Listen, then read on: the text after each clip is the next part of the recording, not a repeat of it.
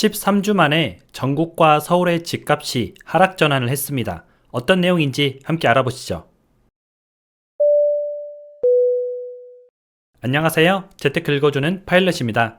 최근에 집값의 흐름이 굉장히 좀 드라마틱하죠. 올해 초까지만 하더라도 집값이 하락하다가 여름에 다시 상승을 했죠. 그리고 다시 또 하락을 하고 있습니다. 이게 우리가 조금만 추이를 늦추면은 이제 놓칠 수 있는데, 여러분들과 같이 공부하면서 그 추이를 좀 놓치지 않게 계속 좀 알아가 보도록 하겠습니다.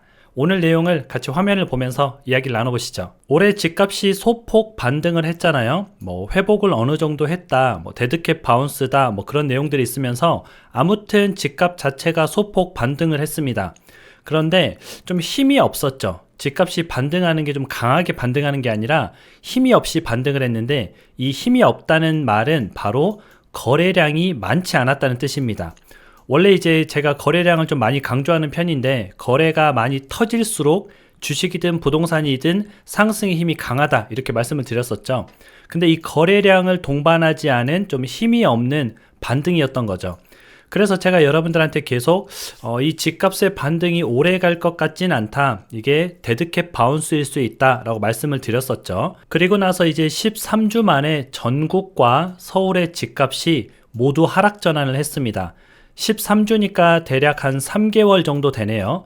원래는 한 8월 달 그때까지는 집값이 조금 하락을 하다가 8월 이후로 좀 올랐죠. 근데 11월 달 들어서는 집값이 다시 또 하락 전환을 한 겁니다. 보통은 집값은 몇 년 올랐다가 몇 년 떨어졌다가 몇 년 올랐다가 몇 년 떨어졌다가 이렇게 하거든요. 근데 이렇게 짧은 시간 안에 올랐다 떨어졌다 올랐다가 떨어졌다 이렇게 하는 거는 저도 좀 약간 이례적인 경우라서 처음 보긴 하는데요. 아무튼 지금 상황이 그렇다. 실제 이제 매매 증감률 표를 보면요, 8월 21일 이후로 계속 집값은 상승을 해왔습니다. 상승을 하다가 보합으로 전환을 했죠. 그리고 이번 주에는 마이너스 0.01% 하락을 하고 있습니다. 서울을 보더라도 서울 집값이 쭉 상승을 하다가 2주 동안 보합을 거친 이후에 이번 주에 하락 전환을 했죠. 우리가 서울은 좀 눈여겨봐야 될 부분이 뭐냐면은 강북 같은 경우에는 하락률이 마이너스 0.03, 굉장히 큽니다. 근데 강남은 여전히 0.01% 상승을 하고 있어요. 그래서 서울 내에서도 이제 강남을 제외한 강북 지역이 굉장히 하락폭이 좀 크다, 그렇게 보시면 되겠죠. 최근의 분위기를 보면은 1년 3개월 동안 하락을 했었습니다. 집값이 1년 3개월 동안 하락을 하면서 잠실에 몇 억 떨어졌다, 그리고 인천이 몇 프로 빠졌다, 전국이 얼마 떨어졌다, 이런 뉴스들이 나왔죠. 그런데 이제 정부에서 특례 보금자리론도 풀고 DSR도 좀 우회하는 그 대출 정책을 내놓으면서 다시 집값이 상승을 하는 모습을 보였습니다. 그 기간이 3개월이었고요. 이 3개월이 지난 이후에 다시 하락을 하고 있죠. 다시 하락을 하는 이유는 특례 보금자리론이 축소가 되고 DSR 우회하는 방법이 축소가 됐죠. 그러다 보니까 당연히 집을 살 때 대출을 내서 사기 때문에 이런 우회적인 대출 방법들이 축소가 되다 보니까 대출을 낼 수 없어서 집을 못 사기도 하고요. 현재 집값이 반등해서 다시 몇 억 올라버리기도 했으니까 사람들이 가격도 오르고 대출도 막히고 난 못 사겠다 또는 안 사야지, 이렇게 하다 보니까 다시 하락 전환을 한 거죠. 특히 이제 지방이 하락폭이 좀 굉장히 커졌는데요. 지방은 전주 대비 하락폭이 계속 증가하고 있습니다. 그리고 가장 먼저 반등을 했었던 세종, 그리고 마지막까지 반등을 하고 있던 수도권도 이번 주에 보합을 나타내고 있거든요. 상승률이 0%로 떨어졌습니다.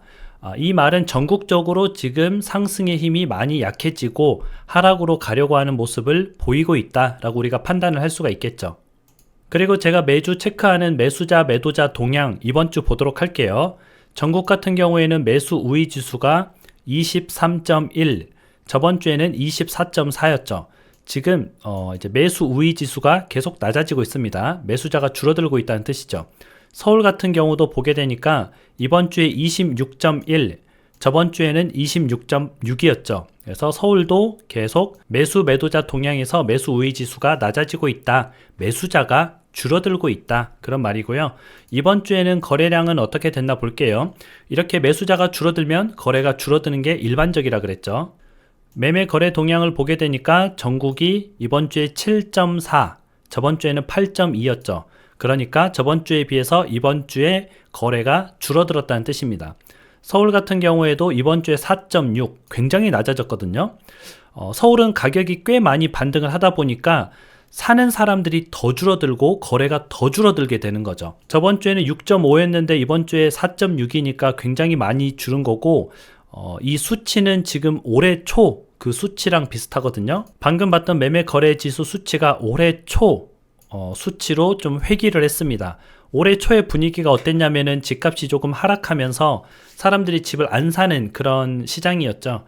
근데 그때 수치로 돌아갔다. 이 말은 다시 얘기하면 사람들이 지금 집을 안 사는 시기다. 그렇게 보면 되겠죠. 집을 사지 않은 시기니까 거래량은 더욱 줄어들 것이고 집값은 조금 더 하락의 이제 폭이 커질 걸로 좀 예상이 되고 있습니다. 지금 상황에서는 영끌은 좀 금지를 해야 되고요.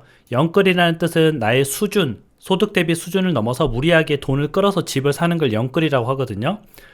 영끌은 좀 금지고 집을 사서 가자 하는 시대는 당분간은 오지 않을 것 같습니다. 지금 상황에서는 뭐 떨어지는 집값을 좀 잘 관찰하는 게 좋을 것 같아요. 그래서 적절할 때, 이 적절할 때란 말은 우리가 뭐 바닥을 이렇게 탁 잡을 수는 없어요. 근데 뭐 바닥인지 아닌지 잘 모르겠지만 그냥 여기서 사든 여기서 사든 여기서 사든 뭐 이럴 때 사자는 거죠. 이렇게 높을 때 사지 말고 떨어지고 있을 때 사지 말고 어느 정도 바닥을 다지고 올라가는 모습을 보일 때 사는 게 좀 현명한 판단이지 않을까 그렇게 생각이 되고요. 그럴 때 내 집 마련하는 것을 목표로 잡아야죠. 그렇게 하기 위해서 우리가 지금 공부를 하고 있는 겁니다. 좋은 집을 싸게 사려고 공부를 하는 거예요. 여러분들이 이렇게 공부를 계속 해나가다 보면은 잘 모르시는 분도 대충은 좀 흐름은 알겠죠. 100점은 못 맞아도 한 90점, 뭐 88점 이 정도는 맞을 수 있을 겁니다.